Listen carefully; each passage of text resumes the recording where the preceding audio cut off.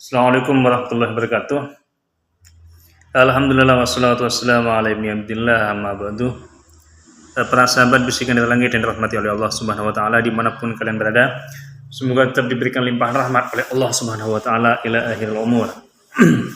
Serta diberikan kelancaran rezeki, keselamatan, husnul khatimah oleh Allah Subhanahu wa taala. Melihat sebagian dari gejala-gejala sosial yang terjadi pada saat ini, namanya dunia ini kan tidak pernah terlepas dari persoalan-persoalan positif dan juga tidak pernah terlepas dari persoalan-persoalan negatif. Karena ketika Tuhan menciptakan malaikat, Tuhan juga menciptakan iblis. Ketika Tuhan menciptakan penyakit, maka Tuhan juga menyertai dengan obat. Maka perjalanan alam semesta ini tidak akan pernah terlepas dari putih dan hitam, hitam dan putih.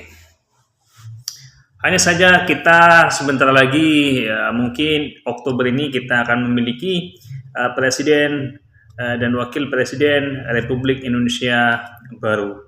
Karena penantian selama ini presiden baru yang sangat diharap-harapkan oleh khalayak ramai bangsa ini akan terjadi ketika bulan Oktober nanti. Maka presiden yang saat ini dijabat oleh Presiden Insinyur Haji Joko Widodo dan Kiai Haji Ma'ruf Amin akan berganti dengan presiden yang telah disahkan oleh KPU dan juga MK, yaitu Presiden Prabowo Subianto dan Wakil Presiden Gibran Rakabuming Raka. Melihat persoalan-persoalan yang terjadi di dunia internasional saat ini, bagaimana konflik ini selalu terjadi. Konflik Israel Palestina semakin panas. Iran juga ikut campur saat ini. Houthi Yaman juga ikut campur. Hizbullah Lebanon juga ikut campur, dan ada gesekan sedikit-sedikit antara Yordania dan juga Mesir. Amerika juga ikut campur, dan beberapa negara-negara Eropa yang memang didomisili oleh kekuatan Yahudi internasional di beberapa negara Eropa seperti Perancis, Inggris, Amerika, dan juga Jerman sepertinya juga ikut terjun walaupun tidak secara terang-terangan. Maka dari itulah, hal-hal seperti inilah kita tidak mau negara kita ini, negara yang besar ini, yang sudah lama terjajah ini, mengalami konflik yang berkelanjutan dan berkepanjangan seperti negara-negara Timur Tengah yang terjadi saat ini. Kita tidak mau seperti negaranya Umar Qaddafi Libya yang hancur lebur oleh rakyatnya sendiri, atau Suriah Bashar al-Assad. Kami juga tidak mau seperti itu. Kami menginginkan negara Indonesia ini adalah menjadi negara yang gemah ripah halal jinawi, toto tentrem keraton harjo, di mana semua kalangan bebas melakukan aktivitas dan bebas merasakan kebebasan sesuai dengan santunan atau sesuai dengan kepribadian yang ada di negeri ini yang kita jalani selama ini. Para sahabat bisikan dari langit yang dirahmati oleh Allah Subhanahu wa taala, kalau kita melihat secara kacamata positivisme yang terjadi di negeri ini, kita ini jauh lebih unggul daripada negara-negara yang sedang mengalami konflik.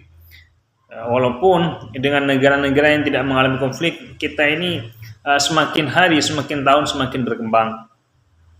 Maka hal-hal seperti ini, kerukunan antar umat agama ini, kita harus pertahankan. Jangan jadikan agama sebuah kendaraan politik hanya untuk kepentingan dirinya sendiri, lalu menjual kepentingan sekelompok golongan, lalu mengorbankan sebuah ideologi negara atau kesepakatan yang telah disepakati oleh para pendiri bangsa ini.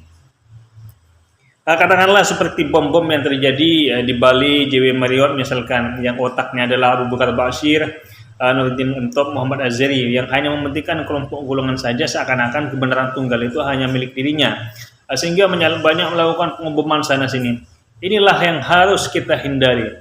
Kaum-kaum yang selalu mendengung-dengungkan agama sebagai kebenaran tunggal mereka hanya dengan penafsiran pribadi mereka, hal-hal seperti ini harus kita berantas dan harus kita usir dari negeri Republik Indonesia ini.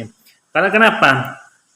hal-hal seperti ini akan digunakan oleh pihak asing untuk menggerogoti kesatuan negara Republik Indonesia. Kita jangan harap bahwa di negara Papua tersebut tidak ada orang-orang yang ada di belakang mereka. Banyak orang-orang yang mendompleng UPN agar selalu berontak terhadap Indonesia, agar Freeport itu akan kembali seutuhnya kepada Amerika Serikat.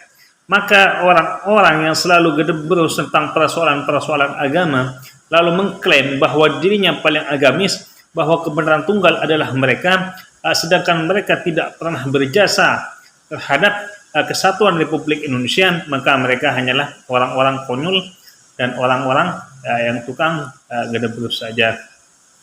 Karena Indonesia di tahun 2030 ke depan ini, sekarang tahun 2024, 2030 ke depan ini, atau tahun 2024 terus ke depan ini, sudah digadang-gadangkan untuk menjadi Indonesia emas dan akan dijadikan sebagai negara 5 besar dunia yang nantinya akan sejajar dengan negara-negara adidaya yang lain, negara-negara besar yang lain seperti Amerika, Inggris, Prancis, Jerman, Cina, dan beberapa negara tambahan sekarang seperti Rusia ini.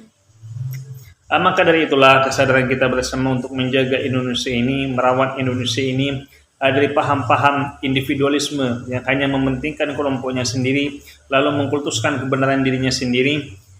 Kita harus cegah hal-hal seperti itu. Karena kebinekaan yang kita jaga selama ini harus kita jaga sampai Indonesia ini benar-benar seperti apa yang kita citakan oleh para pendirinya dan benar-benar menjadi sebuah negara yang diimpikan oleh Rasulullah Sallallahu Alaihi Wasallam.